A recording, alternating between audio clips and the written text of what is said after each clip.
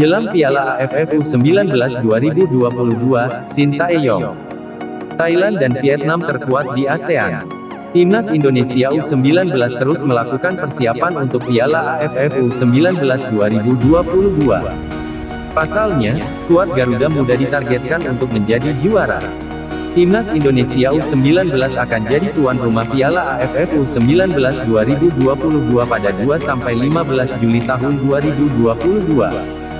Kejuaraan ini bakal berlangsung di Jakarta dan Bekasi.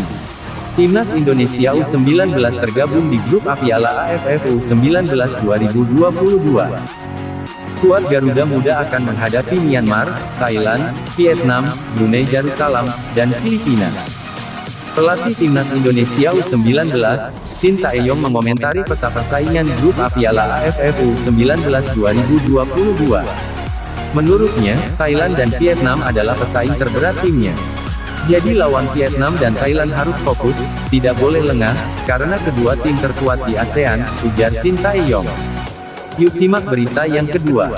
Pemain keturunan Belanda cerita sadisnya latihan Sintayong, Jim Krop ditekan sampai batas.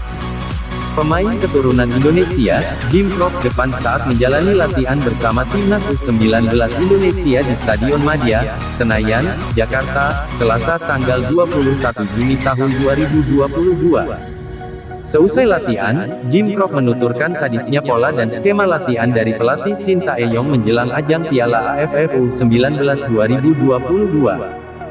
Selain Jim Krop, ada dua pemain calon naturalisasi lain ikut yaitu Kai Davi Boham dan Max Christoffel. Ketiga pemain ini merupakan keturunan Indonesia Belanda. Meski begitu, ketiganya belum tentu akan dinaturalisasi. Sintayong akan menyeleksinya.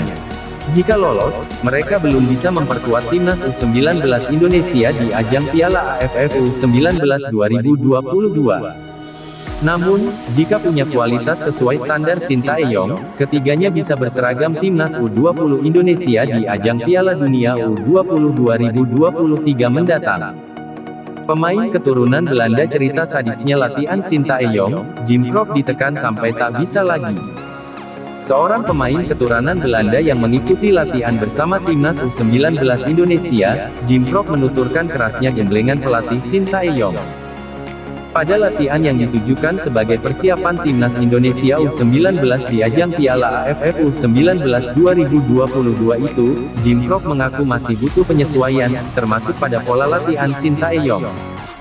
Jim Krop juga mengatakan dirinya masih perlu beradaptasi pada sejumlah hal saat latihan perdananya di Stadion Madia, Senayan, Jakarta. Selain masalah cuaca, Jim Krop juga menilai permukaan lapangan Stadion Madia tidak rata sehingga menyulitkannya.